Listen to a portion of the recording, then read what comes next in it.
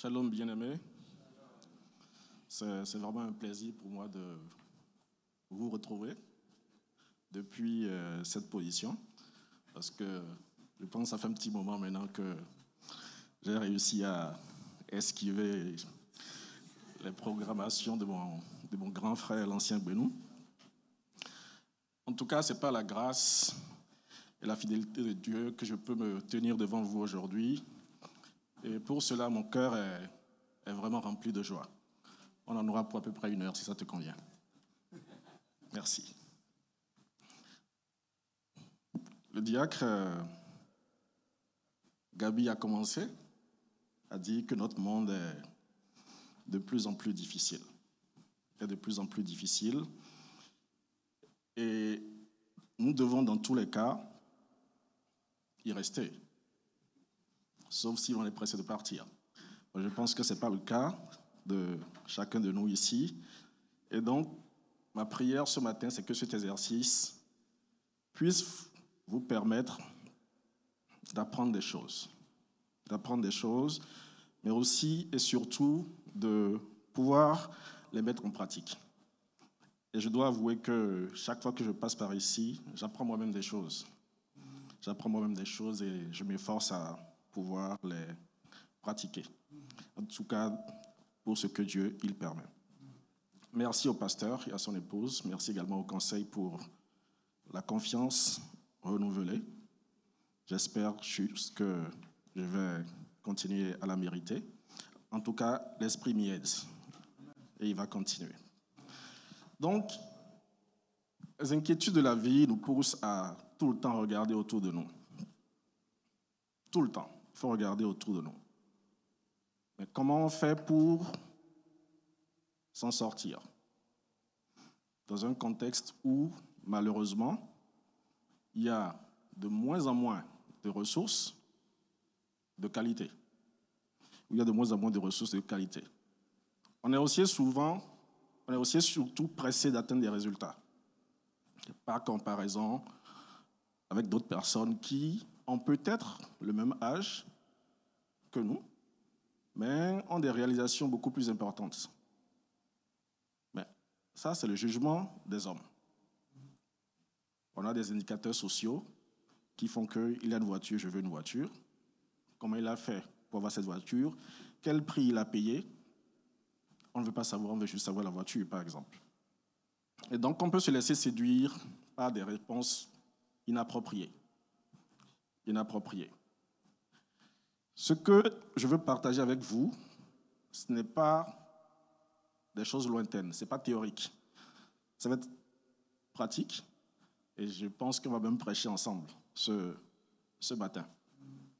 Vous êtes donc au courant de tout ce qui se passe dans le monde du développement actuellement, où beaucoup ont perdu leur travail parce que la baisse de l'aide au développement est de plus en plus importante. Et malheureusement, ça va continuer. Si on doit regarder ça de façon objective, on pense que les prédictions ne sont pas bonnes, ça va continuer. Mais Dieu est fidèle. Et il est surtout bon. Ce message que je veux partager avec vous aujourd'hui m'a été fortement inspiré d'échanges que j'ai eus ici même, dimanche dernier, avec 2 dames de l'Église. Je ne sais pas si elles sont là. Et ces dames traversent des moments difficiles. Et je sais qu'elles ne sont pas les seules dans le cas. Elles ne sont pas les seules dans le cas. J'ai moi-même personnellement expérimenté une situation qui, humainement parlant, était difficile à surmonter. Mais par la grâce de Dieu et par sa fidélité, j'ai eu un dénouement heureux. Je vais vous partager ça. Et donc ce matin, c'est véritablement avec humilité et gratitude que je veux partager avec vous 3 clés que je pense précieuses pour aider à tenir ferme, quelle que soit la situation. Il ne s'agit pas seulement d'idées. Je pense que même c'est des principes spirituels qui ont fait leur preuve, en tout cas dans ma vie. Et je pense que si on les met en pratique, elles feront également leur preuve. Le thème de mon message est tout simple. C'est 3 clés pour vivre en vainqueur. 3 clés pour vivre un vainqueur.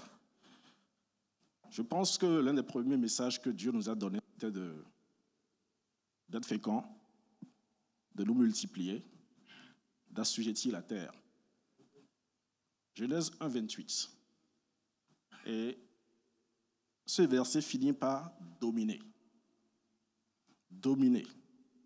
Alors, quand moi j'entends dominer, ça veut dire que cela doit être mon résultat, tout le temps. Dominer. Dominer du début jusqu'à la fin. Donc, la victoire, en vérité, fait partie de mon ADN spirituel. Je suis né, je suis créé pour dominer. Et en Christ, on peut avoir des situations difficiles, mais on doit dominer. Nous ne devons pas être victimes des circonstances, nous devons être vainqueurs des circonstances. Vainqueurs des circonstances. J'aime bien l'expression qui dit oui, c'est la justice des vainqueurs, c'est la justice des vainqueurs. Est-ce que vous avez déjà jamais vu une justice des vaincus? Il n'y en a pas. Donc, nous devons dominer. Nous devons dominer. Et pour cela, je veux partager avec vous 3 tests. Le premier est tiré de Exode 14, 14. Exode 14, 14. Il dit, « L'Éternel combattra pour vous. Et vous, gardez le silence. » On se souvient d'Israël qui venait de sortir d'Égypte après plusieurs siècles d'esclavage. Mais par la main puissante de Dieu, ils ont eu raison de Pharaon. Et à un moment donné, la panique est quand même revenue. Le peuple s'est retrouvé dans une situation désespérante. Devant eux était une mer rouge, infranchissable. Et derrière eux, l'armée puissante du monde de l'époque. L'armée la plus puissante du monde de l'époque. Pris au piège, ils commencent à murmurer contre Moïse, criant de peur, et regrettant même d'avoir quitté l'Égypte. Mais gardez le silence face à une situation qui peut paraître désespérée. L'Éternel combattra pour nous. Deuxième test. Réjouissez-vous en espérance. Soyez patients dans l'affliction. Persévérez dans la prière. Romains 12, 12. Réjouissez-vous en espérance. Soyez patients dans l'affliction. Persévérez dans la prière. Et ici, Paul exhorte les chrétiens à vivre une vie transformée, offrir leur corps comme un sacrifice vivant, ne pas se conformer au siècle présent, mais être renouvelé par l'intelligence. Et surtout vivre dans un amour fraternel, dans l'humilité, le service et la sincérité. Et c'est dans ce cadre-là qu'il va placer le verset 12 de Romains chapitre 12, en disant « Réjouissez-vous en espérance », ce qui veut dire pour nous que malgré les épreuves, les croyants doivent garder la joie. Parce qu'on a une espérance en Christ. On a une espérance en Christ. Il nous recommande aussi d'être patient dans l'affliction. Mais ce n'est pas une patience passive. C'est une patience active. Supporter l'épreuve sans murmurer, sans se plaindre, avec constance, sachant que Dieu a un plan et qui de toutes les façons sera déroulé. Et il finit par dire persévérer dans la prière. Donc jusque-là, on a parlé de silence, on a parlé de patience. J'ai envie de vous partager un troisième test. Philippiens 4, versets 6 à 7 qui dit « Ne vous inquiétez de rien, mais en toute chose, faites connaître vos besoins à Dieu par des prières et des supplications, avec des actions de grâce. Et la paix de Dieu, qui surpasse toute intelligence, gardera vos cœurs et vos pensées en Jésus-Christ. » Je pense qu'à ce stade, on connaît déjà les 3 clés. Qui veut m'aider? Silence, patience, prière. Donc, on peut reformuler le thème de la manière suivante. Silence, patience, prière. 3 clés pour vivre en vainqueur. 3 clés pour vivre en vainqueur. Silence, patience, prière. Alors, moi en tant qu'homme, et je pense aussi que c'est le cas pour beaucoup de mes frères, beaucoup de mes sœurs ici, je pense qu'on peut, face à toute situation, décomposer le comportement humain en 3 parties. Il se passe quelque chose, la première chose qu'on va faire, c'est de s'arrêter. Prendre connaissance de ce qui se passe. N'est-ce pas? On s'arrête d'abord pour réaliser ce qui s'est passé. La deuxième chose qu'on va faire, c'est réfléchir à ça. Donc, penser avant d'agir. Ça, c'est le comportement humain. S'arrêter, penser et agir. L'arrêt, c'est le moment de la pause, d'observation, du recul. Il faut suspendre son mouvement pour prendre conscience de la situation. Il faut suspendre son mouvement pour prendre conscience de la situation. Vient alors le penser, qui est en fait une étape de réflexion intérieure, d'analyse, mais surtout de décision. Et le dernier, c'est le passage à l'acte concret, qui sera visible. Donc, vous voyez que la dernière étape est en fait le fruit d'un processus. On s'arrête d'abord, on réfléchit, on pense. Et il me semble que ces 3 mouvements simples-là peuvent être superposés à nos actions dans le monde spirituel. Et quand je fais un parallèle avec le thème de la prédication, s'arrêter, ça va être le silence. Le temps d'écouter Dieu, de méditer et de se recentrer sur lui. Première étape. Penser, c'est la patience, où on réfléchit, on discerne, et on attend le moment et la direction que Dieu a fixée, sans se précipiter. Ça peut aller vite pour certains, comme ça peut aller plus lentement pour d'autres. On n'est pas dans la comparaison. Chacun doit vivre sa vie et surtout sa relation avec Dieu. Et agir, l'action, c'est la prière. Mais la prière vivante. Et plus encore, et on le verra, la prière qui s'exprime par le chant. Alors, pour nous, le silence dans notre relation avec Dieu, ça va être quoi? Et même plus généralement, comment on peut définir le silence? Est-ce que c'est l'absence de bruit? Est-ce que c'est le calme? Dites-moi. Est-ce que c'est le calme? Est-ce que c'est un fruit de l'esprit? On peut en fait distinguer plusieurs niveaux de silence. Un silence extérieur, où effectivement c'est l'absence de bruit, le fait de se retirer du tumulte, de calmer ses lèvres, mais ce n'est que le premier niveau de l'histoire. Le deuxième est un peu plus profond. C'est un silence intérieur. C'est un silence intérieur pour apaiser les inquiétudes, les murmures, les révoltes. Vous comprendrez pourquoi tout à l'heure. Mais surtout, les calculs de notre cœur. Parce qu'il y en a beaucoup. Le silence intérieur, c'est le fait même de se taire pour mieux écouter. J'ai compris qu'il y a des gens qui parfois, je ne dirais pas ne savent pas se taire, mais ils écoutent en général pour répondre, au lieu d'écouter pour comprendre. Et ça, c'est problématique d'un point de vue relation sociale, mais aussi d'un point de vue dialogue avec Dieu. Et on parlera aussi du silence spirituel, qui n'est pas de l'inaction, mais un acte de foi.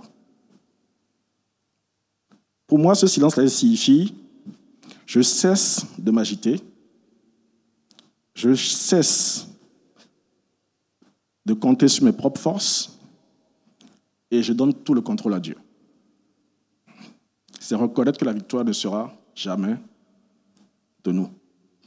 La Bible nous le dit, quelle que soit la force du cheval, la victoire ne lui appartient pas. Sur quoi tu comptes? Donc la Bible nous dit que le silence n'est pas un fruit de l'esprit, mais il est quand même lié à plusieurs fruits de l'esprit. Par exemple, la paix. Quand l'Esprit de Dieu remplit notre cœur de paix, nous cessons de nous agiter et de murmurer. La patience dont on parlera est la maîtrise de soi, c'est-à-dire la tempérance. Imaginez que vous êtes un père de famille ou une mère de famille et que votre enfant, malheureusement, se trouve dans une situation où vous devez agir. Vous devez agir, vous devez faire quelque chose pour le protéger. Prenons le cas peut-être le plus simple, il se bat avec des gens. Ça n'arrivera pas au temps des nations, hein, c'est figuratif, c'est tout ce que je dis. Et vous devez agir. Vous vous déplacez sur les lieux, il vous voit, il sait que vous êtes là, mais quelle devait être sa réaction? Il devait quitter pour vous laisser le remplacer. Parce que vous êtes plus fort, plus mature, donc vous pouvez mieux gérer la situation. Donc plutôt que de vous laisser faire le travail, il commence parce que vous êtes là à envoyer des coups de poing. Il commence à envoyer des coups de poing. Il dit, si tu peux te battre tout seul, continue. Tu n'as pas besoin de moi. Dieu est là pour nous aider à régler nos problèmes. Mais nous voulons compter sur notre force pour aider Dieu.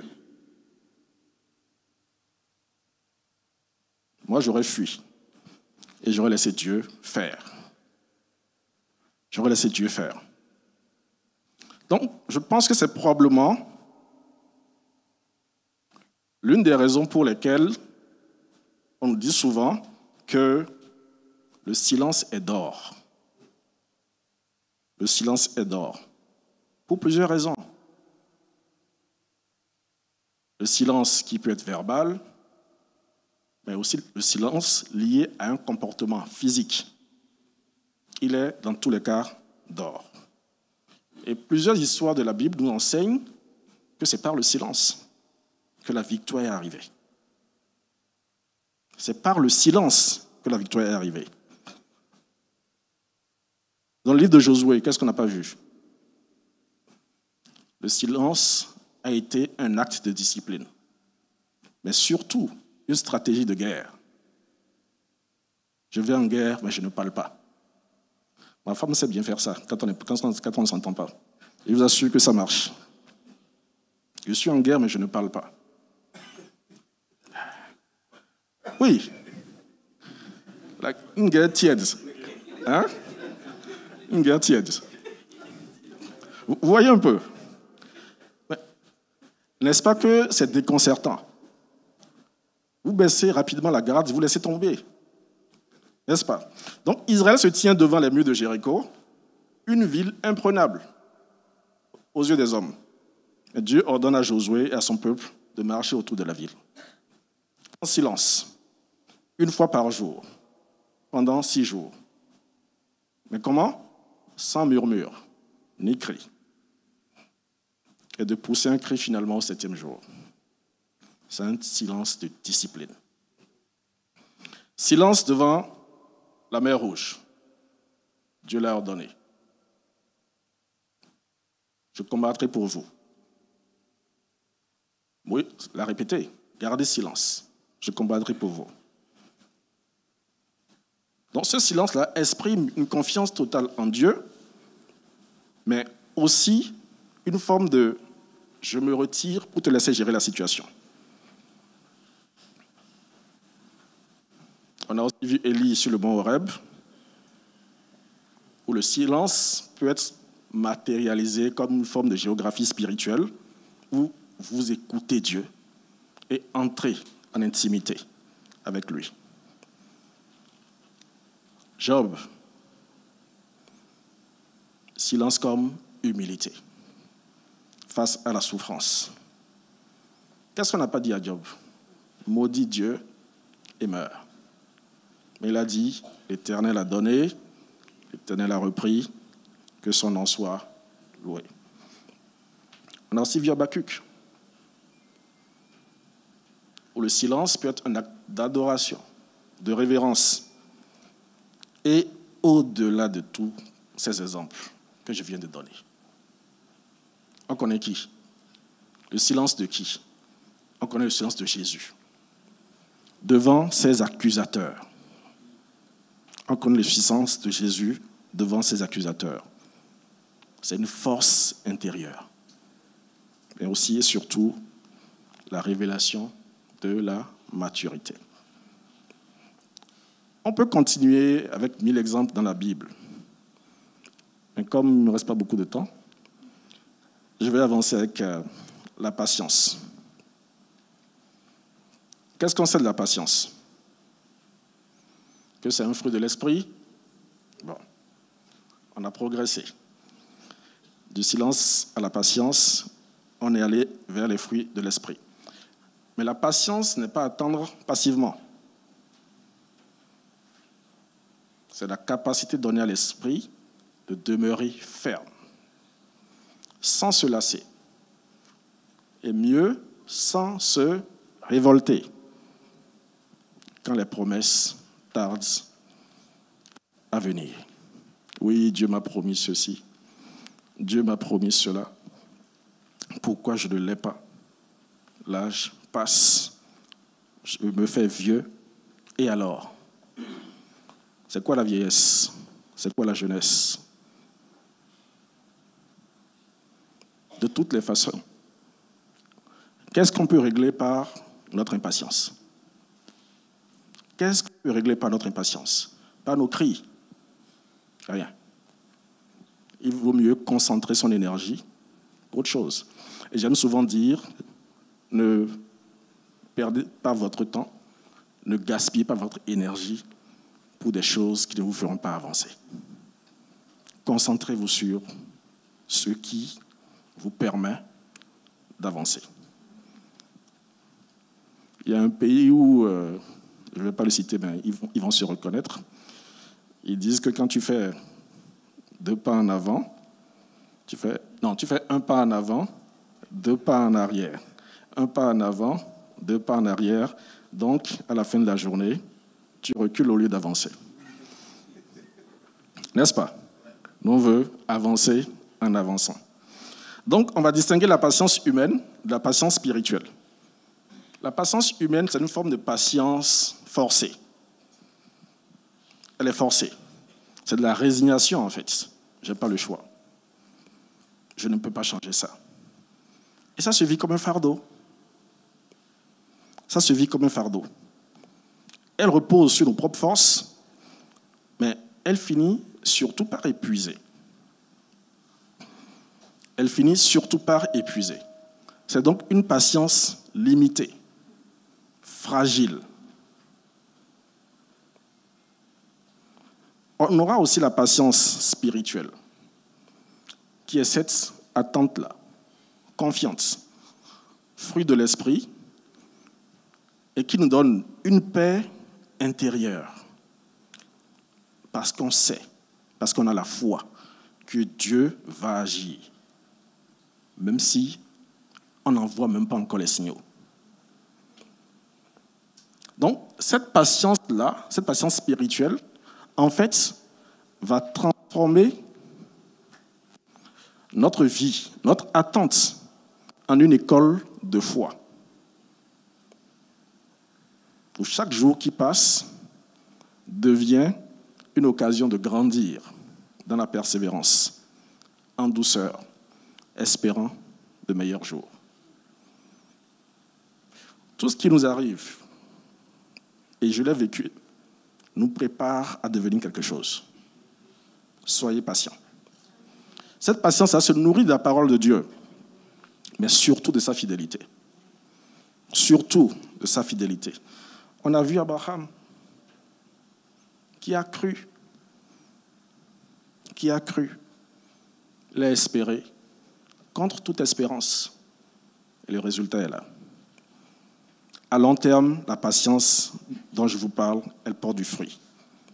Parce que Jacques 1,4 nous dit, mais il faut que la patience accomplisse parfaitement son œuvre, afin que vous soyez parfaits et accomplis, sans faillir en rien.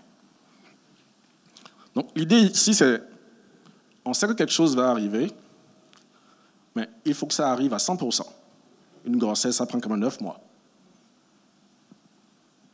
Pas 2 jours, pas 2 semaines. Il faut que ça arrive à maturité pour qu'on en profite. Si vous demandez à une femme enceinte de 5 mois si elle est pressée de voir son enfant, est-ce que ça veut dire qu'elle veut que l'enfant vienne à 5 mois?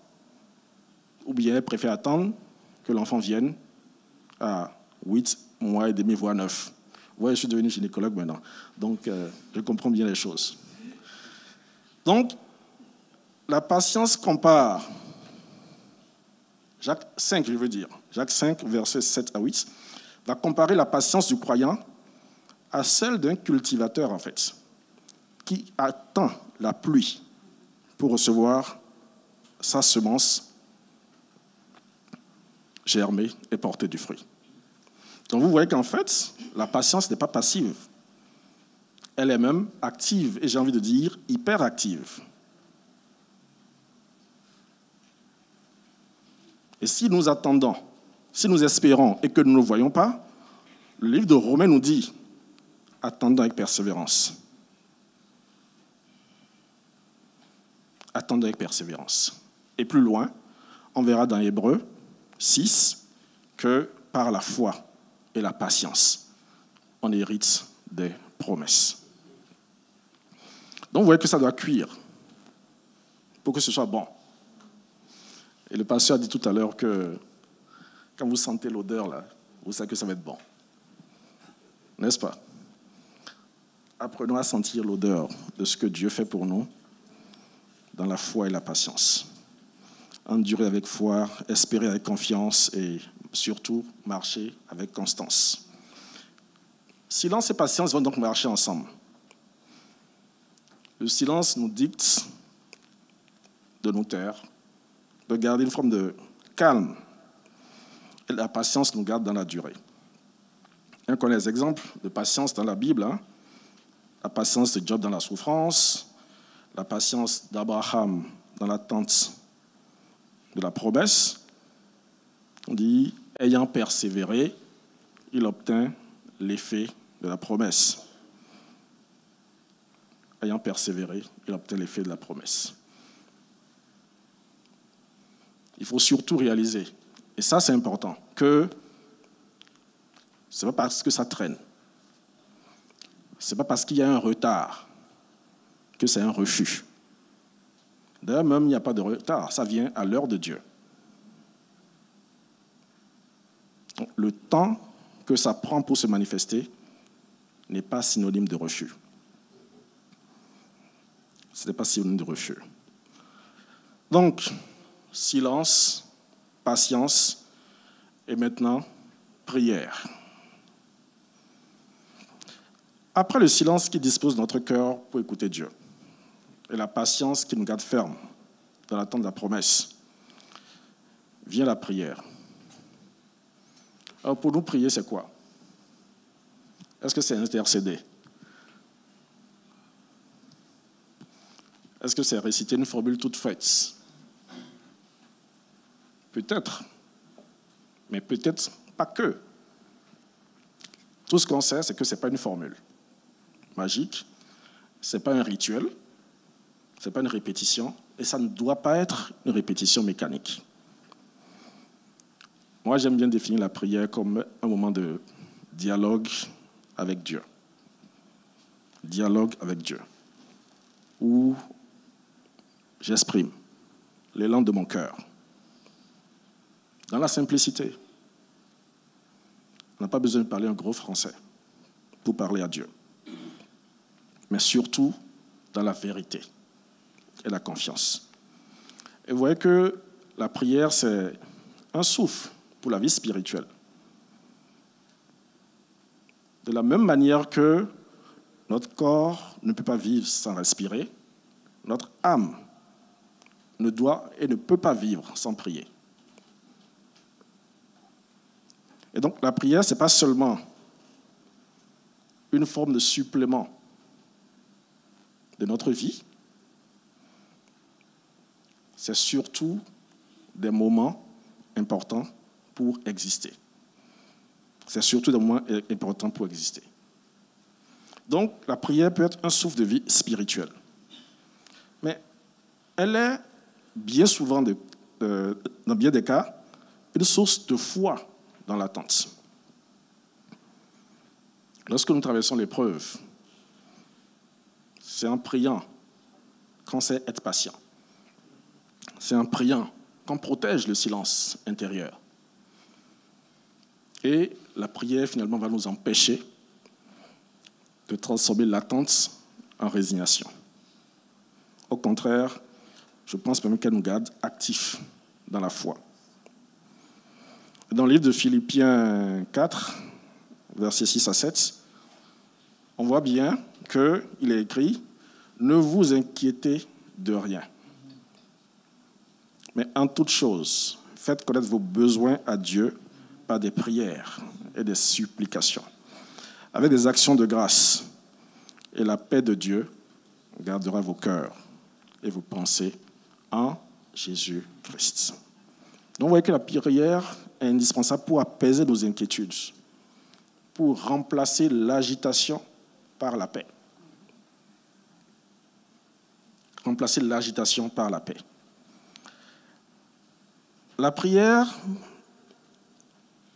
c'est surtout, je pense, la clé de la victoire, qui n'est pas obtenue par nos forces. Elle n'est pas obtenue par nos forces. Je me souviens avoir pris des cours de...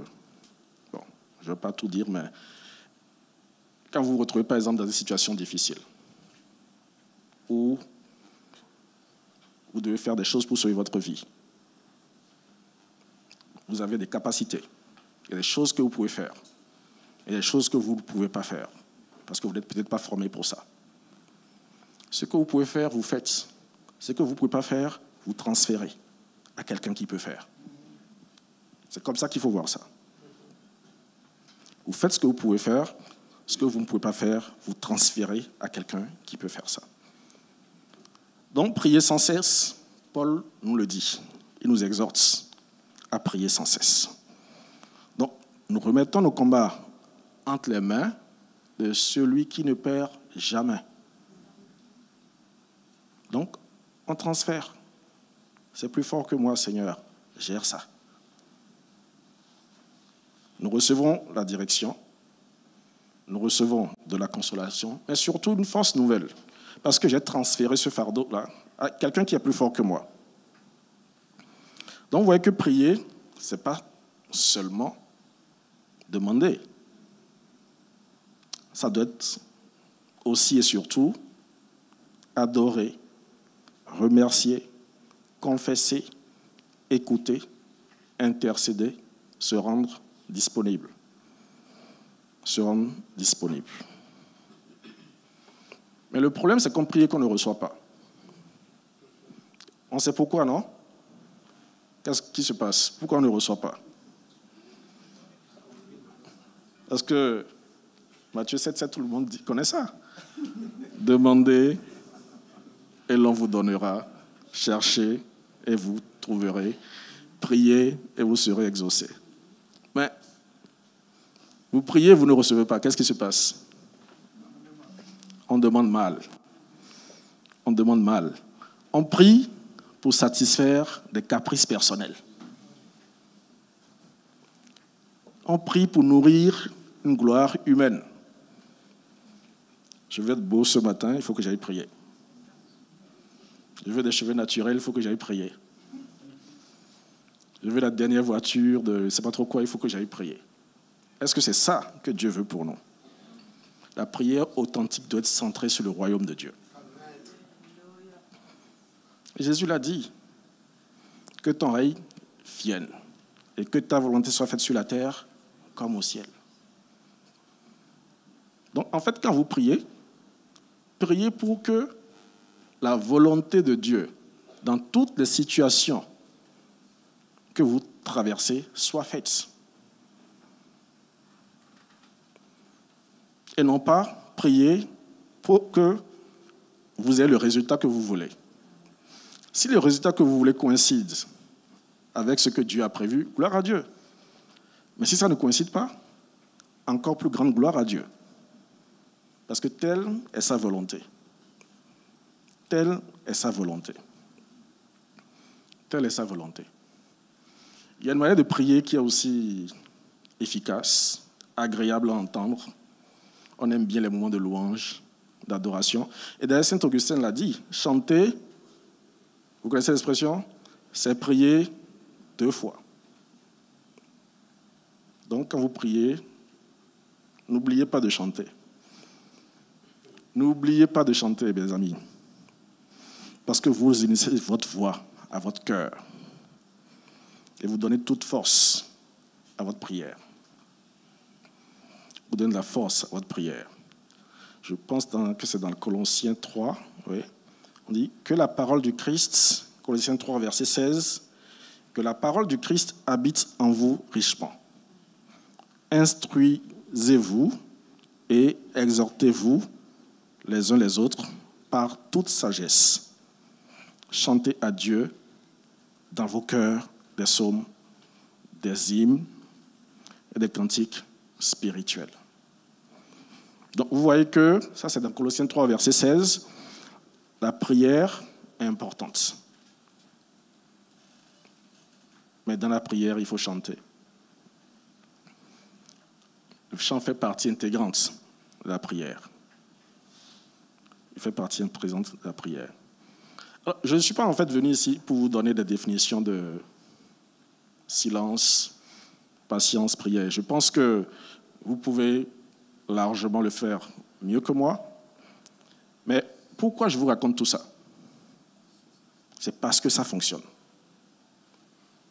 C'est parce que ça fonctionne. Et je vais vous le dire, je vais vous raconter. On appuyait un projet. Je vois Yvette, que j'ai rencontrée dernièrement quelque part. C'était dans ce pays-là, où des anciens amis, que je peux m'appeler des anciens collègues, intervenaient aussi. Et avec la baisse de l'aide au développement, tout le monde veut faire tout.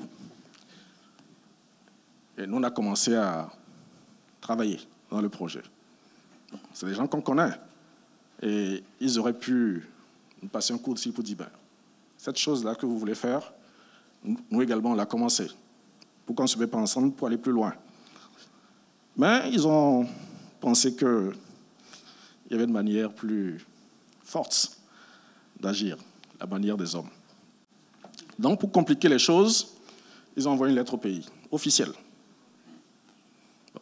Des gens que je connais, je pense que par élégance, on aurait pu régler ça tranquillement ici. Donc, j'avais le choix en 2 situations.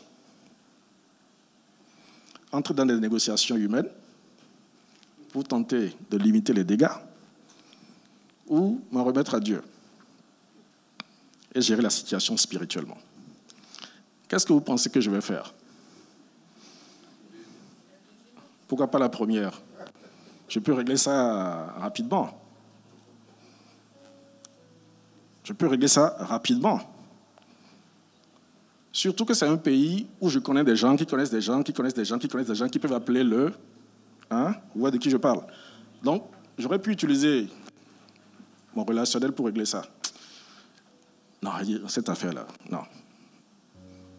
On ne va pas faire bouger la ligne comme ça.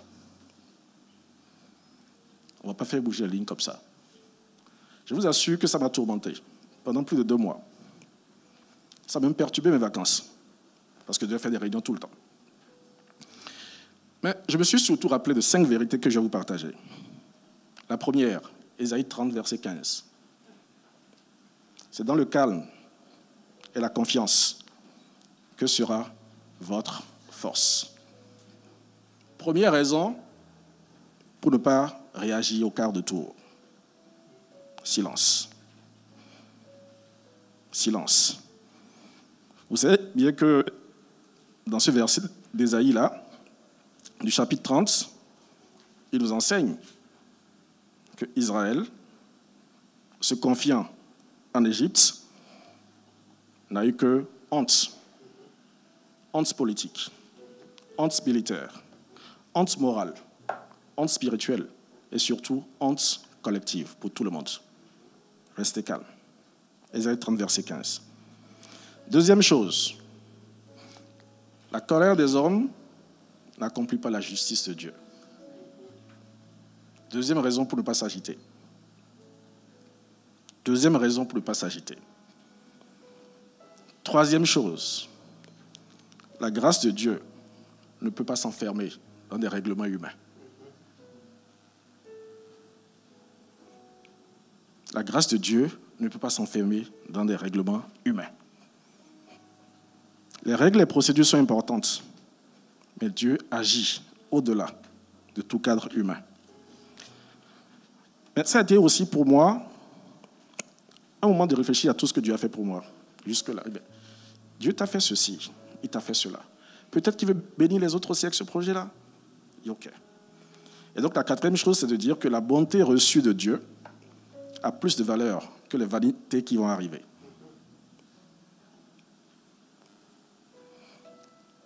Donc, restez concentrés sur Dieu. Et si c'est sa volonté que ce projet marche, personne ne pourra empêcher ça. Et la dernière chose, la dernière leçon, c'est que la domination que veut Dieu pour nous s'exerce par ses moyens à lui. Ce n'est pas notre force.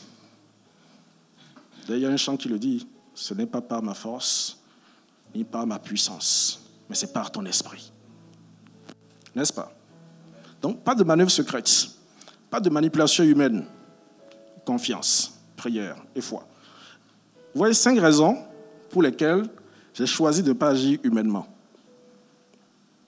de m'en remettre à Dieu et de faire silence. Bien sûr, faisant silence, ce n'est pas aller m'asseoir derrière mon ordinateur pour travailler. Ce n'est pas que ça. Il faut réfléchir à la situation. Il faut prier. Et comme ce n'était pas suffisant ce qu'ils avaient fait, ils ont envoyé une deuxième lettre. Il a dit, bon, je vais moi-même élever le niveau. Donc, les bénéficiaires du projet, je leur ai dit, écoutez, on a cette situation qui est sur la table. Moi, je suis un croyant. Vous ne pouvez pas régler ça, mais vous pouvez prier. Et il se trouve que le gestionnaire du projet, dans ce pays-là, c'était un chrétien. C'était un chrétien qui aime beaucoup prier. On s'est associés. On a fait équipe pour prier. Se préparer spirituellement. Mais surtout, utiliser les armes de Dieu. Parce qu'on est en guerre là. Même si quand on se voit et qu'on se salue, on sait que ça se gère sur nos terrains. Donc moi, j'ai fait appel à la panoplie de Dieu, les armes spirituelles, ceinture de vérité, cuirasse de justice, chaussures de l'évangile, bouclier de la foi, casque du salut, tout ce qu'on sait, surtout épée de l'esprit. Oui, la parole de Dieu. J'ai utilisé la prière comme arme de guerre.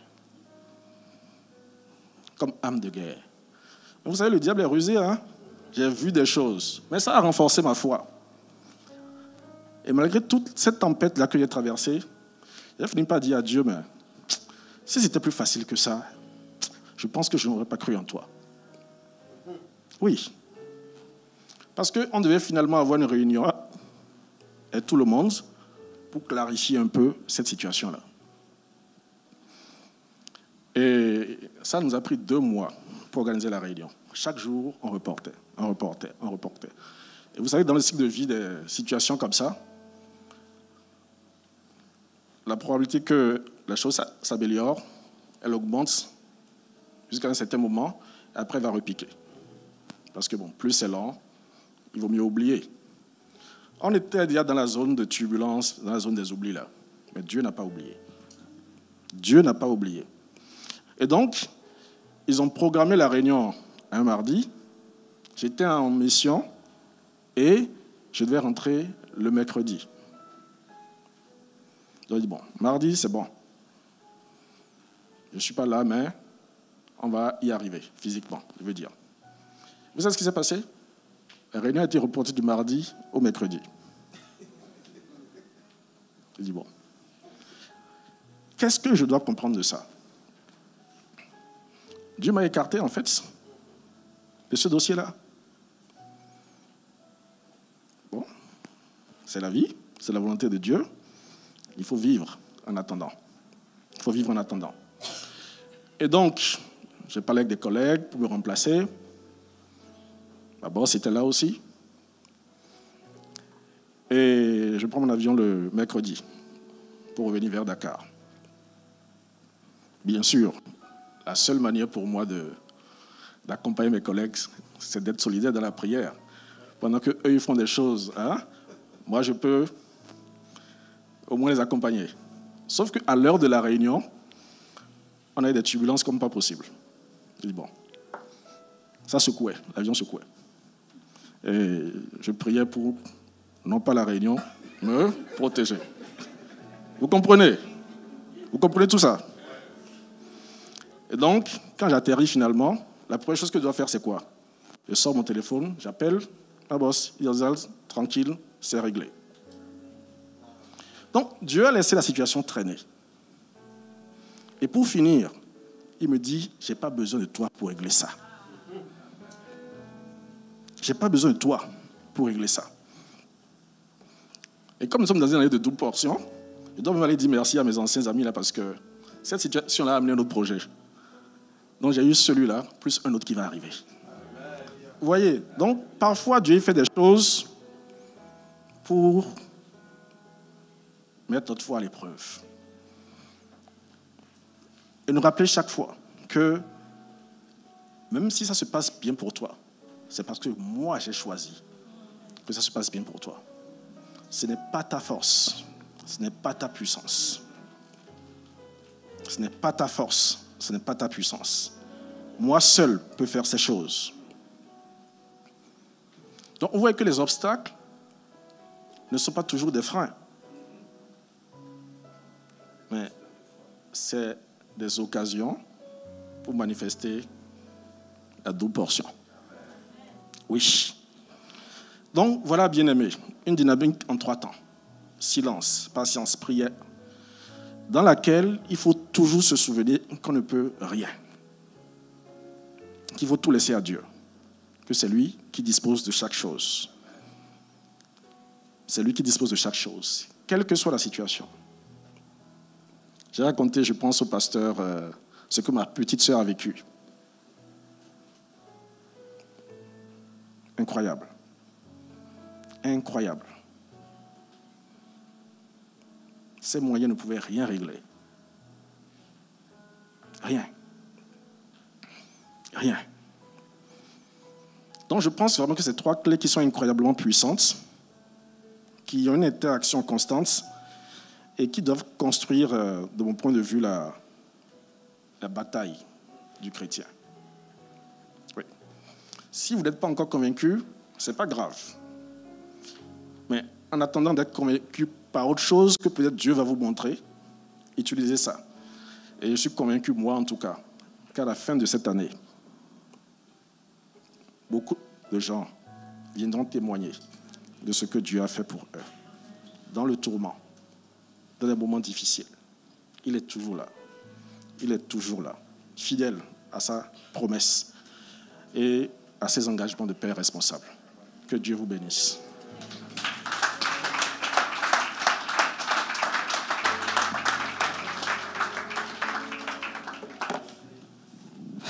Amen.